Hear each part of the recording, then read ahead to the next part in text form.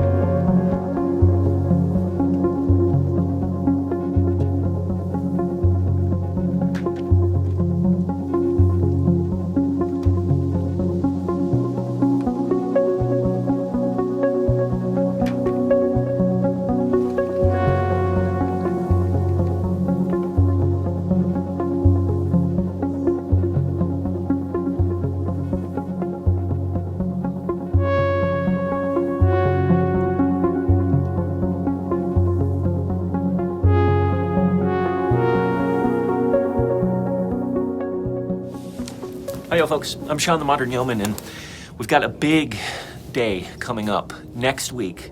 Exactly 1 week from now, it's Saturday as I'm filming this, exactly 1 week from now, we're gonna be processing frankenbeans back there, getting them into the freezer. And so I wanna make sure we're prepped. Normally I devote the days right before to making sure everything is prepped, but the days right before I'm working. I work full time. So this weekend is prime time for me to make sure that I'm prepped and ready to go for the big event next week. We're gonna have quite a few people out to help with the process and watch and kind of join along. There's the logistics of handling a bunch of people that are gonna be here, but we need to make sure everything's ready to go for the actual event itself, processing those pigs. So lots of stuff to do. I'm kind of overwhelmed. It's easy for me to get overwhelmed, but when I get overwhelmed, it's very important that I break things into small, discrete tasks that I can attend to one by one, and that's gonna be my mission today.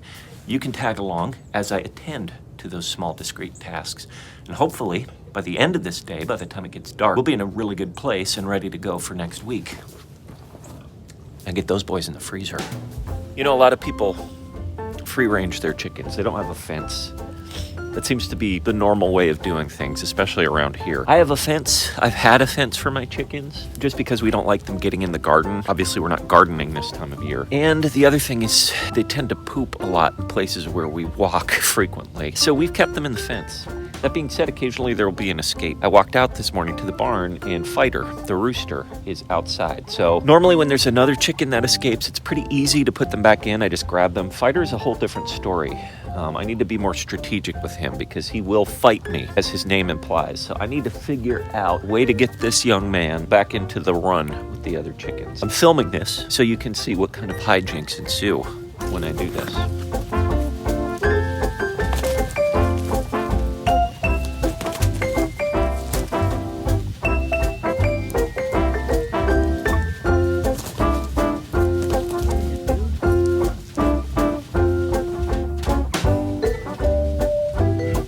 I'm not sure how much was visible there, but I just backed him up against the fence, lifted the fence over him, and that was that. Pretty easy. But again, we've considered letting them run out. Most people do. It's just those two factors I mentioned earlier. The garden, once we have the garden going, and poop all over the place, which is annoying. That's why we keep them in the run. They'll probably continue to do so.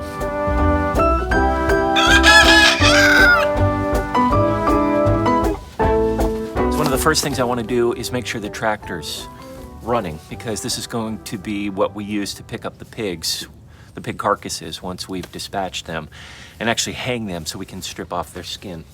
So it's very important that the tractor's working, that the bucket is working on this. So a couple of things I need to do. So I don't know if you can see it, but I'm bleeding the line, the fuel line in the tractor. Just getting it ready. So like I said, I'll try and show you.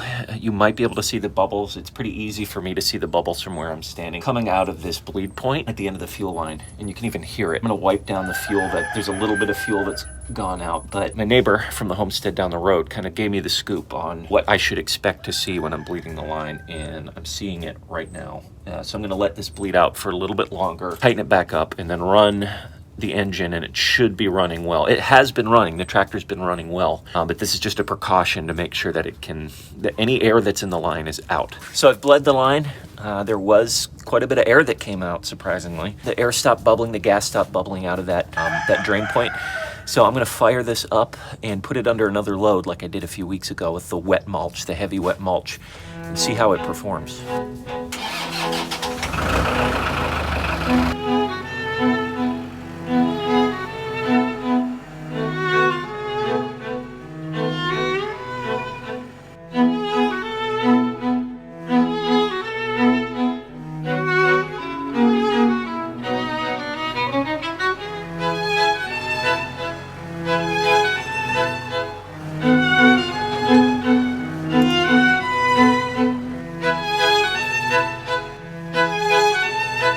The tractor is working reliably. It handled the mulch with no problem. There's a little bit of slowness when I just started it up, but I think that's because it's been cold. Like right now it's in the low 30s. I think it's just warming up to over freezing right now. So that could have just been because it's cold. But good news is I think that tractor is going to be good. We have a tractor on standby from a neighbor just in case. Fingers crossed that we won't need it at all. And then that guy will be able to handle those big pigs with no problem. So we're going to have several folks bring tables that we can actually do the processing on. Although we have a couple of tables ourselves, but the more tables, the better. But in the meantime, I want to clear out this area because this north lean-to is going to be where the processing will occur. So I want to make sure that we've got everything kind of cleared and ready. We'll be setting up a tarp to lay the carcasses on when we take off the heads and the trotters and open up the cavities, the intestinal cavities. So I think this will be a good spot. I just want to make sure I've got enough tarp.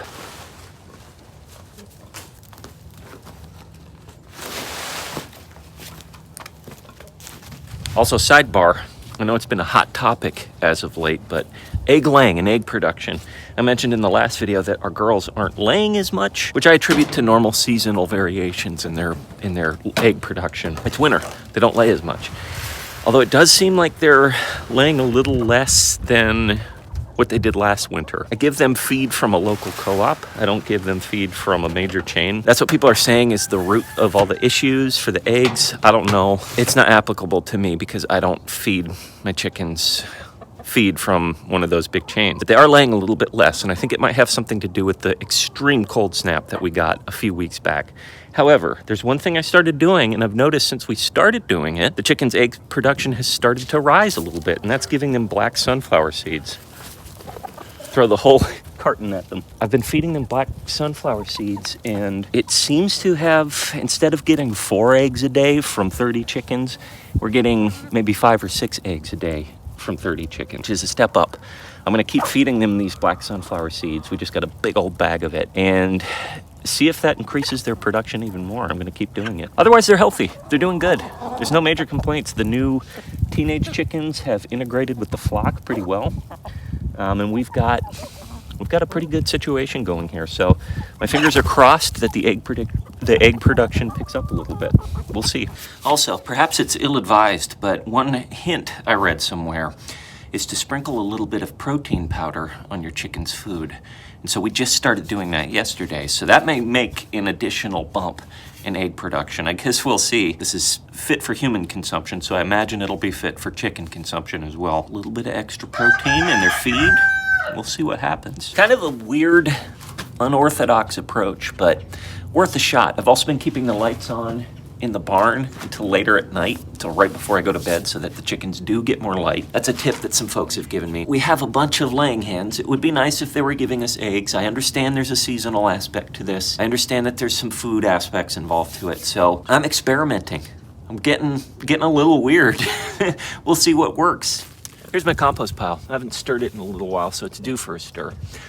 Now, the reason I'm bringing up the compost pile is because I haven't quite decided what I'm gonna do with these guys' guts yet. I do wanna compost some of them. It's interesting because when we dispatch the turkeys and the chickens, we just give the guts to the pig, but we won't have any pigs to give them to. So part of me wants to leave some of the guts in the back pasture for the buzzards and vultures to take care of, but I do wanna compost some of them. So this is actually a good opportunity for me to get the tiller and work this compost because it's due.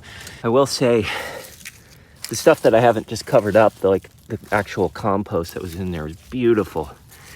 Beautiful, deep, rich compost that I'm very excited about seeing come to fruition in the spring.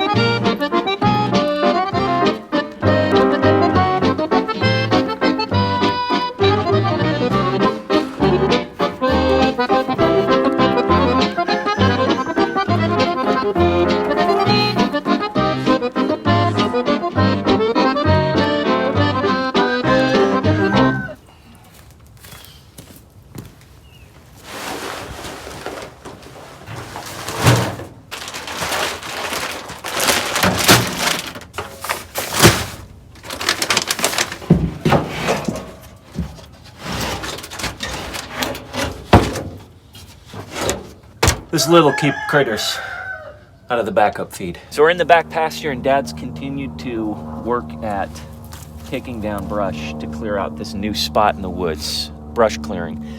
Somebody left a comment, it was either last week or the week before, about renting a wood chipper instead of hauling all of this stuff up to the burn pit, which we would burn in situ here if we had the hose that came down this far enough, but we don't. Instead of hauling all of this up, we just bring a wood chipper down here and chip a lot of this into mulch and have a wheelbarrow and some stuff to gather the mulch and bring it up to where we need it. So I think as this mound grows, most of this stuff is thin enough to fit through one of those those rentable, portable wood chippers. There are some thicker logs over here that I don't think would fit. Right, yeah, we'll have these guys, which we can use for other things or burn them.